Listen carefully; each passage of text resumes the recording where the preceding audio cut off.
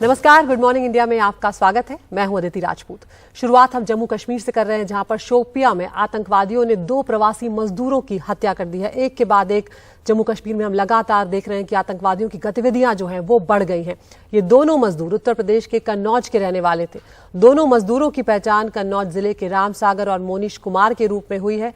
Police ने कहा है कि मामले में लश्कर ए तैयबा के हाइब्रिड आतंकियों को गिरफ्तार किया गया है। पुलिस का कहना है कि सोमवार की रात हमलावरों ने मजदूरों को तब निशाना बनाया जब वो अपने घरों में सो रहे थे। आतंकियों ने पहले ग्रेनेड फेंके और उसके बाद उन पर ताबड़तोड़ गोलियां चलाई हैं। इसमें दोनों मजदूर घायल हो गए और जब पुलिस को सूचना मिली तो मौके पर पहुंचकर दोनों मजदूरों को अस्पताल पहुंचाया गया, लेकिन दोनों की मौत हो गई। 3 दिन पहले ही हमने देखा था कि शोपियां जिले में आतंकवादियों ने एक कश्मीरी पंडित की भी गोली मारकर हत्या कर दी थी। तो लगातार इस तरह की घटनाएं जो हैं वो बढ़ती ही जा रही हैं।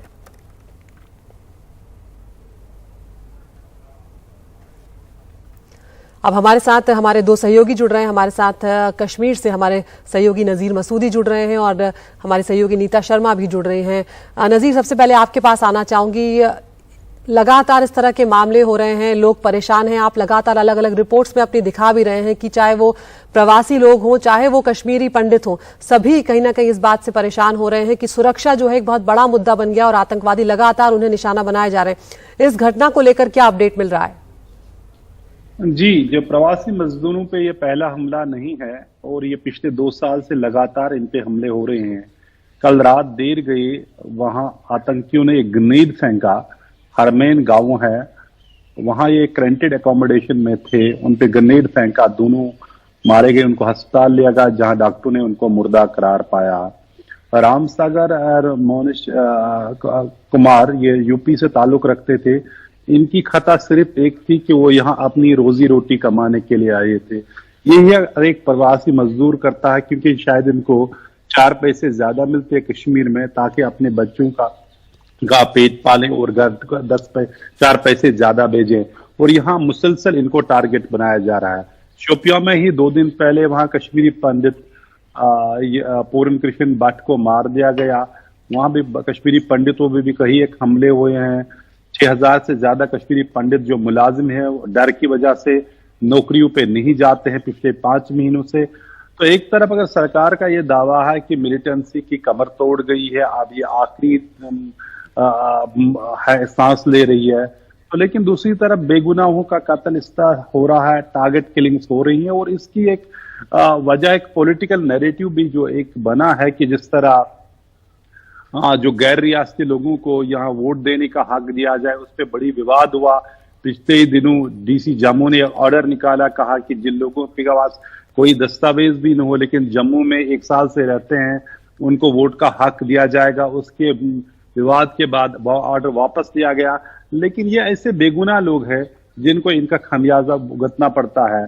पुलिस का कहना है कि जो आरोपी इसमें है जिसने ग्रेनेड फेंका, उसका नाम है इमरान बशीर गनाई, उसको गिरफ्तार किया गया। उसकी पूछताछ के बाद कई जगहों पे छापे मारे जा रहे हैं। कुल मिला के अगर देखा जाए, जब भी यहाँ टारगेट अटैक्स हुए, पुलिस ने या जल्दी या कुछ दिन बाद आरोपियों को या मार दिया इनकाउंटर में या गिरफ्तार किया, लेकिन ये हमले रुकते नहीं है। बेगुनाहों को सिर्फ इसलिए मारा जाता है कुछ यहाँ रोजी रोटी कमाने के लिए आते हैं या सियासत की भीड़ यहाँ चढ़ रहे हैं। बिल्कुल नजीर, आप बने रहिए हमारे साथ। नीता शर्मा का मैं यहाँ पर रुख करना चाहूंगी। नीता, काफी चिंताजनक स्थिति वहां पर हो गई है, चाहे प्रवासी मजदूर हो, चाहे कश्मीरी हो, चाहे स्थानीय लोग हों। यहाँ पर नजीर जो जिक्र कर रहे हैं नीता, कि इसमें पॉलिटिकल एंगल भी है। जिस तरह से चीजें बदल रही हैं वहां पर, भले ही सरकार बड़े बड़े दावे कर रही है कि आतंकवादियों पर नकेल कसी जा रही है, लेकिन जमीनी हकीकत इससे परे नजर आ रही है। नीता, बिल्कुल यही 2 तरह का कश्मीर देखने को मिलता है आदित्य। आप किसी कश्मीरी से जो कश्मीर में रहता है उससे बात करके देख लीजिए, और जो कश्मीरी आउट ऑफ कश्मीर रहता है उससे बात करके देख लीजिए।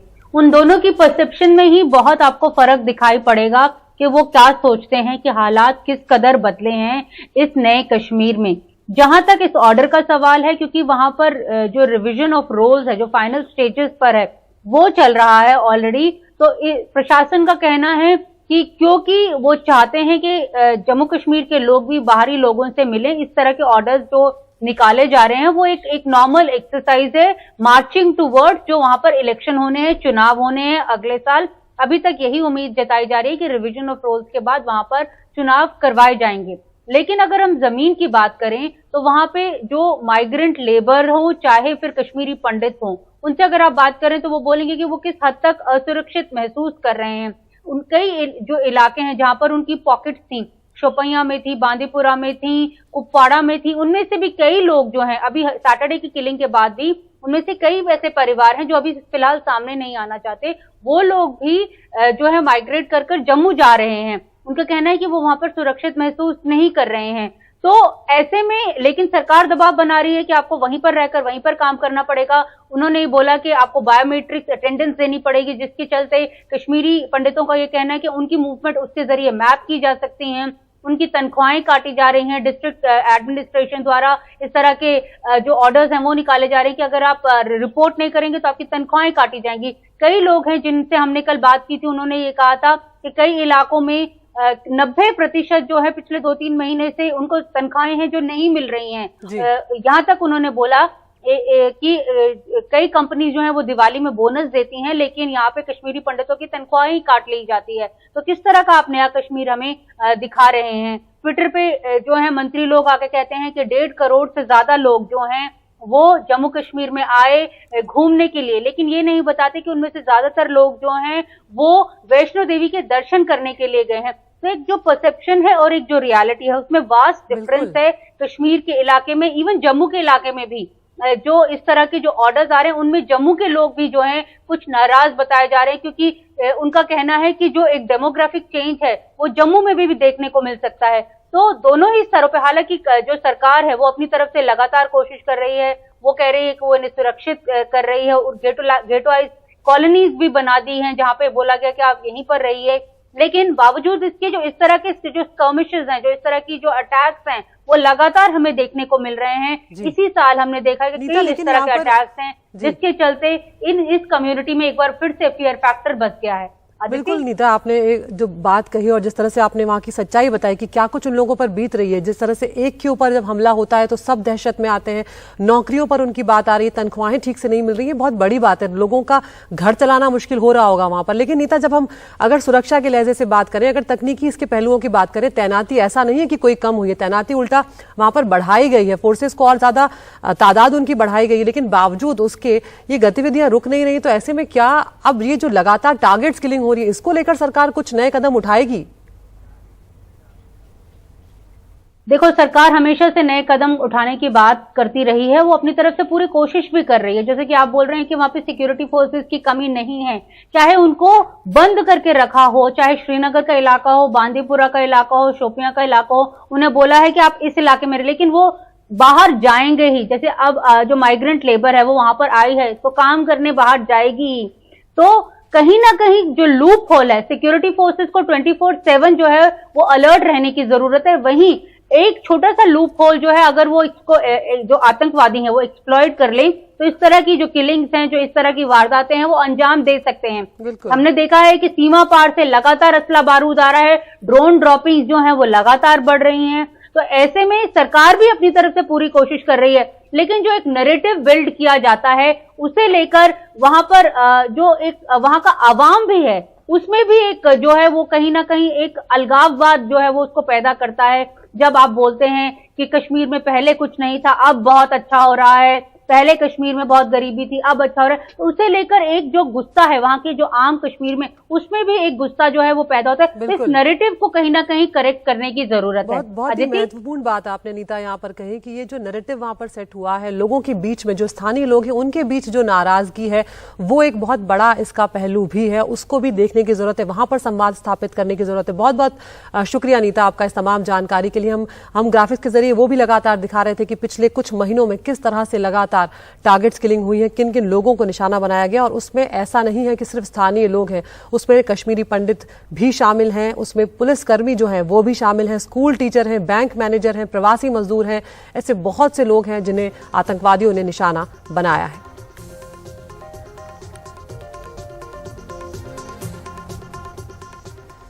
और एक बार फिर से एनआईए रेड्स की खबर जो है वो भी सामने आ रही है। दिल्ली, एनसीआर, पंजाब में एनआईए की छापेमारी चल रही है। हरियाणा, राजस्थान, बिहार में भी एनआईए की जो टीम है वो रेड कर रही है। गैंगस्टर से आतंकियों की जो साठगांठ है, ये वो मामला है जिसको लेकर लगातार एनआईए सतर्क है और पिछले कुछ दिनों से लगातार उसकी जो रेड्स हैं, जो छापेमारी हैं, वो अलग अलग जगहों पर अलग अलग राज्यों में चल रही हैं। ड्रग्स स्मगलर से आतंकियों की साठगांठ जो है, उस मामले में भी ये छापे मारे जा रहे हैं। तो इसमें एक बहुत बड़ा पैसों का भी खेल चल रहा होता है। ड्रग के जो स्मगलर हैं वो आतंकियों से साठगांठ करते हैं, जो स्थानीय लोग हैं स्लीपर सेल्स की तरह उनको यूज़ किया जाता है। तो इस सब पर शिकंजा कसने के लिए एनआईए जो है वो ये रेड कर रही है गैंगस्टर से आतंकियों की साठगांठ को लेकर।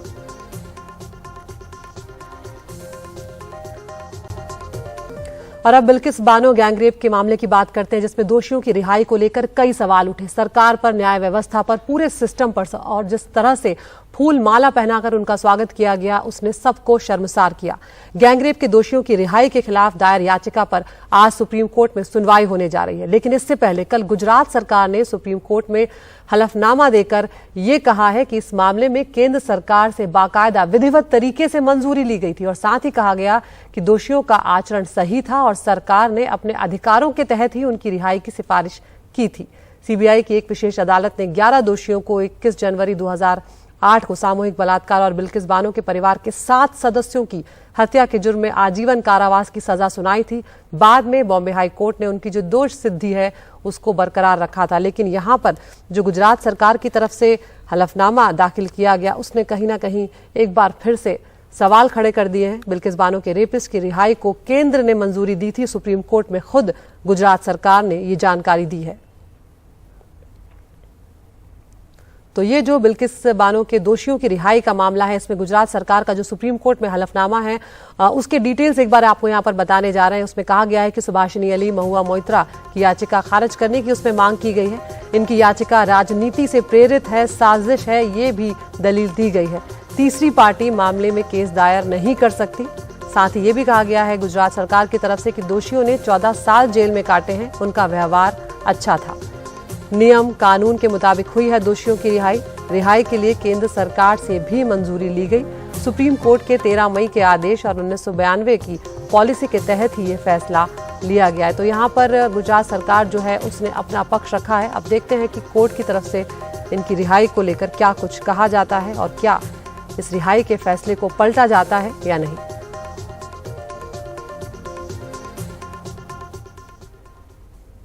और अब दिल्ली की शराब नीति का जो घोटाला है उसको लेकर बात करते हैं। इस मामले में डिप्टी सीएम मनीष सिसोदिया से सीबीआई ने कल 9 घंटे तक पूछताछ की है।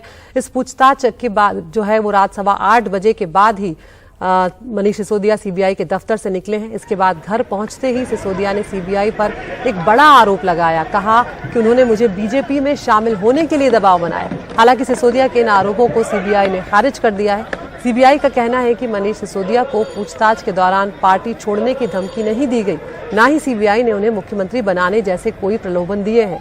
साथ ही सीबीआई ने कहा कि सिसोदिया के घोटाले को लेकर पूछताछ की गई और अब उनके बयानों को वेरीफाई किया जाएगा। जरूरत पड़ने पर आगे भी उन्हें बुलाया जा सकता है।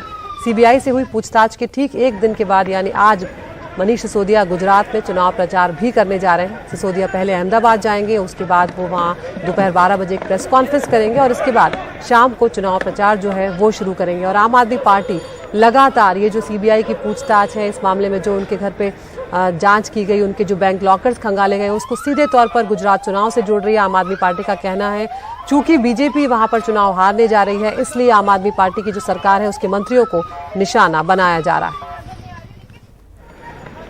सरप्राइज होगा लोगों को अगर सीबीआई प्रेस रिलीज जारी करेगी, हाँ जी हमने ऑपरेशन लोटस किया था।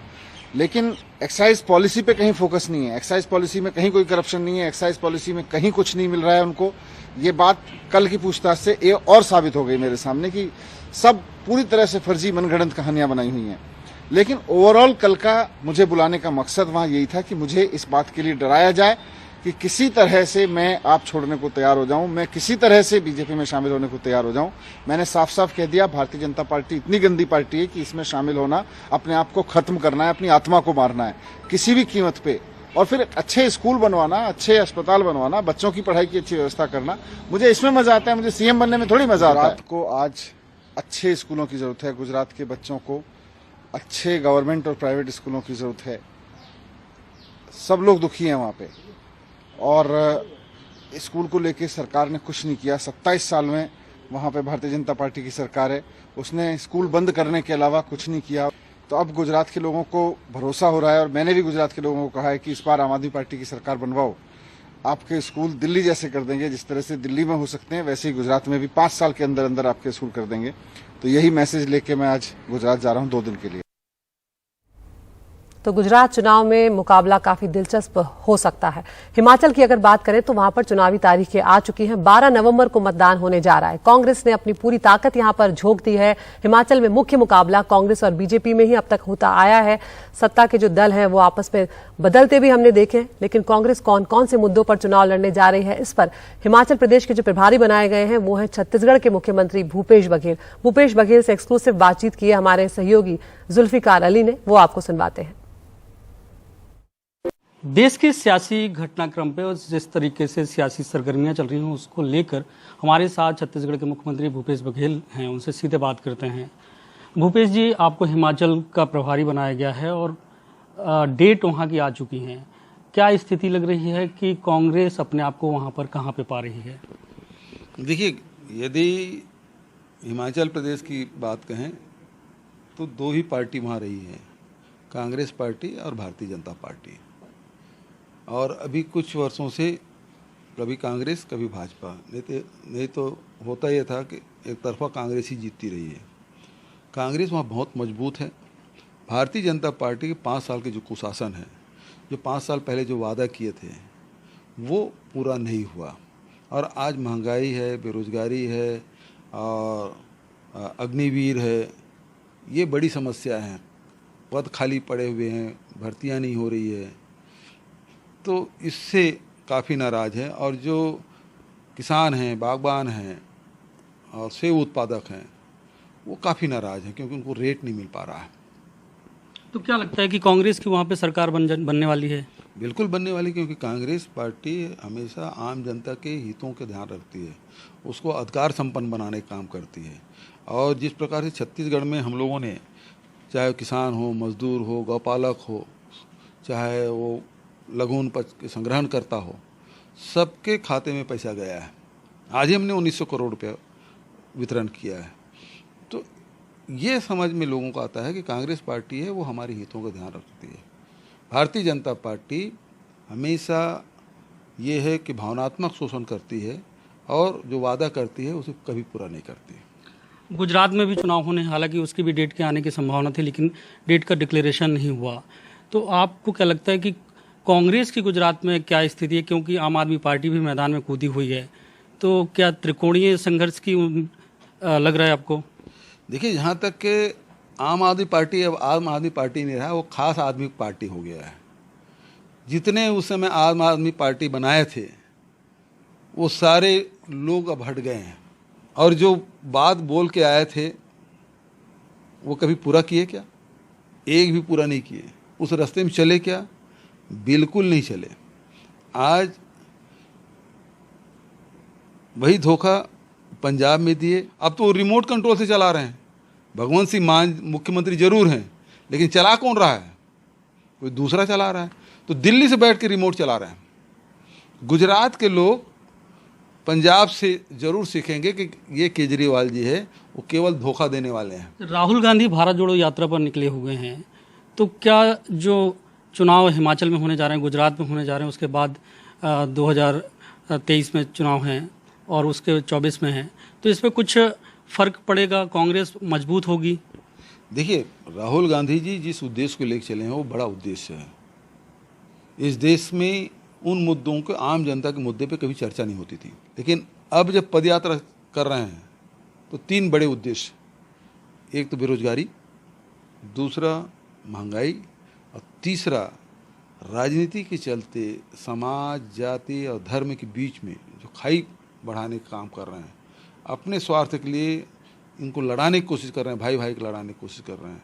तो इस समाज में एकता बने रहे और इसे जोड़ने के लिए राहुल गांधी जी निकले हैं। और ज़बरदस्त, चाहे वो तमिलनाडु हो, चाहे केरल हो, चाहे कर्नाटक हो, मैं तीनों राज्यों में गया हूँ, ज़बरदस्त उत्साह है और बड़ा परिवर्तन इससे होगा। और अब बात करते हैं सौरव गांगुली की। पश्चिम बंगाल की मुख्यमंत्री ममता बनर्जी ने सौरव गांगुली को दोबारा बीसीसीआई अध्यक्ष न बनाने और जय शाह को सचिव के तौर पर एक और कार्यकाल दिए जाने पर हैरानी जाहिर की है। कोलकाता एयरपोर्ट पर पत्रकारों से बात करते हुए ममता बनर्जी ने कहा कि वो प्रधानमंत्री नरेंद्र मोदी से अपील करती हैं कि वो सौरव गांगुली को आईसीसी अध्यक्ष के लिए चुनाव लड़ने की अनुमति दें। ममता बनर्जी ने कहा कि गांगुली ने एक काबिल प्रशासक के तौर पर खुद को साबित किया है। ऐसे में बीसीसीआई अध्यक्ष पद से उन्हें हटाया जाना उनके साथ अन्याय है। उन्होंने ये भी कहा कि गांगुली न सिर्फ बंगाल बल्कि पूरे देश के गौरव हैं और इसलिए प्रधानमंत्री से इस मामले में दखल देने की गुजारिश वो कर रही हैं। My humble regards to the Prime Minister. Please take care that Saurabh must be allowed to contest the ICC election. He's been deprived. Why he's been deprived? What is his fault? Everybody knows him. All the country, all the world. We are proud of him. Not only Bengal, he is a Bengali Dada, Bengali Bhai, brother, but he is a pride for the country and the world. Everybody knows him.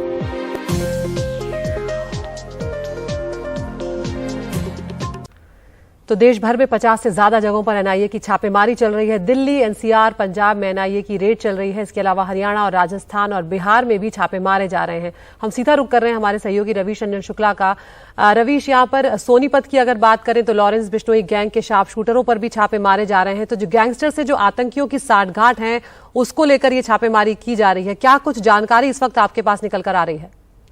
आज देखिए, बिल्कुल जो UP और हरियाणा है, यहाँ के जो दो सबसे बड़े गैंगस्टर हैं नीरज भवानिया और लॉरेंस बिश्नोई, उनके ठिकानों पर छापेमारी चल रही है।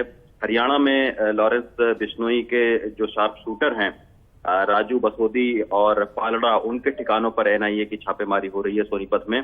और झज्जर की अगर बात करें तो झज्जर में नरेश सेठी नाम का एक शूटर है जो कि अभी तिहाड़ जेल में बंद है, उसके घर पर भी जो है वो छापेमारी चल रही है। ये बताया जा रहा है कि 12 सितंबर को दिल्ली पुलिस ने सबसे पहले मामले दर्ज किए थे इन गैंगस्टर के खिलाफ में, क्योंकि उस पर शिकायत मिली थी कि इन गैंगस्टर के जो संबंध हैं वो आतंकवादियों से भी हो सकते हैं।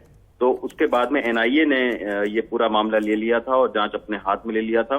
तो आज ये पता चल रहा है कि 40 से ज्यादा जगहों पर जो है वो जितने भी गैंगस्टर हैं जिनके संबंध आतंकवादियों से या फिर बाहर हो सकते हैं, उनसे जुड़े हुए जो लोग हैं, उनके जो परिवार के लोग हैं, उनके ऊपर में छापेमारी चल रही है। तो सुबह आज 4 बजे से छापेमारी चल रही है। एक साथ जो है वो पंजाब, हरियाणा, यूपी और दिल्ली से सटे हुए तमाम जगहों पर यह छापेमारी चल रही है।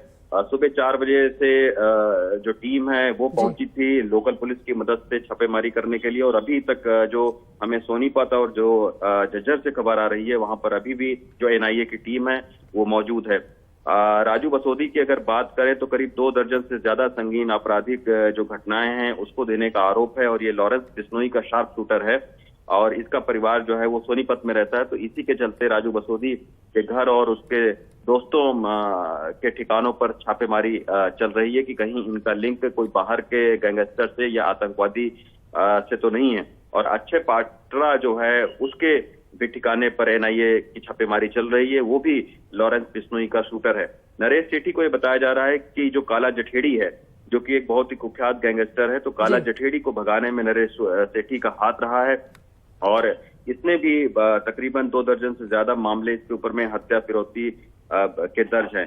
नरेश सेठी जो है वो झज्जर का रहने वाला है और ये हरियाणा और दिल्ली से सटे इलाकों में इसके तमाम सारे जो शूटर हैं वो काम करते हैं, और ये भी लॉरेंस बिश्नोई और काला जठेड़ी गुरु के रूप में जो है वो मशहूर है। तो इसके भी घर पर और इसके दोस्तों के ठिकानों पर छापेमारी चल रही है। जी रवीश, तो नीरज भवानिया के भी जो और सारे जुड़े हुए लोग हैं उनके भी घरों पर और ठिकानों पर छापेमारी चल रही है। जी बहुत बहुत शुक्रिया रवीश इस तमाम जानकारी के लिए। तो जिस तरह से रवीश यहाँ पर बता रहे हैं कि 50 से ज्यादा देश भर में जगहों पर छापेमारी हो रही है, लेकिन जो खबर सोनीपत से निकल कर आ रही है जैसे कि लॉरेंस बिश्नोई गैंग जो है उसके जो शार्प शूटर्स हैं उन पर यहाँ पर छापे मारे जा रहे हैं।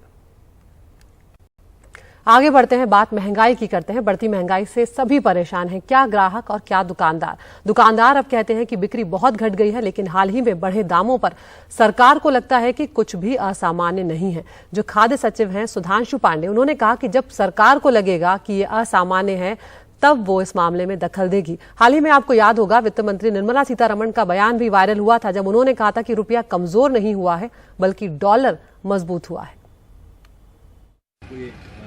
राशन दुकानदार अशोक खुराना तनाव में हैं। कहते हैं खाने के तेल और घी से लेकर आटा, साबुन, डिटर्जेंट तक सब महंगे हो गए हैं और बिक्री भी पिछले एक महीने में 50% तक घट गई है।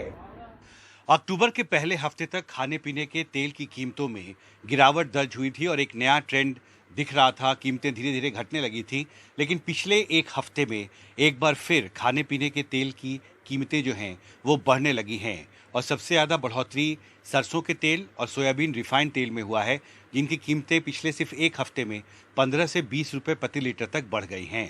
पिछले एक हफ्ते में ऑयल जितने भी एडिबल ऑयल, सोयाबीन रिफाइंड है, मस्टर्ड ऑयल है, दोनों की कीमतें बहुत ज्यादा बढ़ी। एटलीस्ट 15 से 20 रुपए किलो दोनों ऑयल बढ़े। हाँ। तो मस्टर्ड ऑयल एक हफ्ते पहले कितनी थी और उसकी आज की कीमत क्या है? मस्टर्ड ऑयल होलसेल रेट जो एक हफ्ता पहले 132 था, जो आज 145-150 हो गया। हाँ। और आटा ले लीजिए, आटे का रेट भी बराबर बढ़ता जा रहा है लगातार। राइस में जाइए। सोमवार को महंगाई पर खाद्य मंत्रालय का रुख साफ करते हुए खाद्य सचिव सुधांशु पांडे ने कहा कि गेहूं की कीमतों में बढ़ोतरी असामान्य नहीं है। खाद्य सचिव के मुताबिक गेहूं निर्यात को नियंत्रित करने से देश में गेहूं की कीमतों पर काबू पाने में मदद मिली है। मैं ये फिगर से आपको यही शो करने की कोशिश कर रहा हूं कि ये असामान्य नहीं है। ये फिगर्स आपके सामने हैं, जिनको आप यूज कर सकते हैं। ये असामान्य नहीं है। जब गवर्नमेंट को लगेगा कि ये एबनॉर्मल इंक्रीज है, गवर्नमेंट इंटरवीन करेगी। एनडीटीवी से बातचीत में फूड कॉर्पोरेशन ऑफ इंडिया के चेयरमैन अशोक मीना ने कहा, देश में खाद्य सुरक्षा के लिए अगले साल अप्रैल तक की जरूरत के मुताबिक गेहूं और चावल के पर्याप्त स्टॉक उपलब्ध होंगे। गेहूं की हमारी रिक्वायरमेंट 1 अक्टूबर को जो बफर नॉर्म्स होते हैं और जो ऑपरेशनल रिक्वायरमेंट है, उस हिसाब से 205 लाख मीट्रिक टन होना चाहिए। और जो मेरा स्टॉक रहा है 1 अक्टूबर को, वो है 227 लाख मीट्रिक टन। सरकार का आकलन है कि रबी सीजन के दौरान गेहूं की पैदावार सामान्य रहेगी और इस वजह से आने वाले महीनों में गेहूं की उपलब्धता जरूरत के मुताबिक बनी रहेगी। दिल्ली से अश्विनी मेहरा के साथ हिमांशु शेखर, एनडीटीवी इंडिया।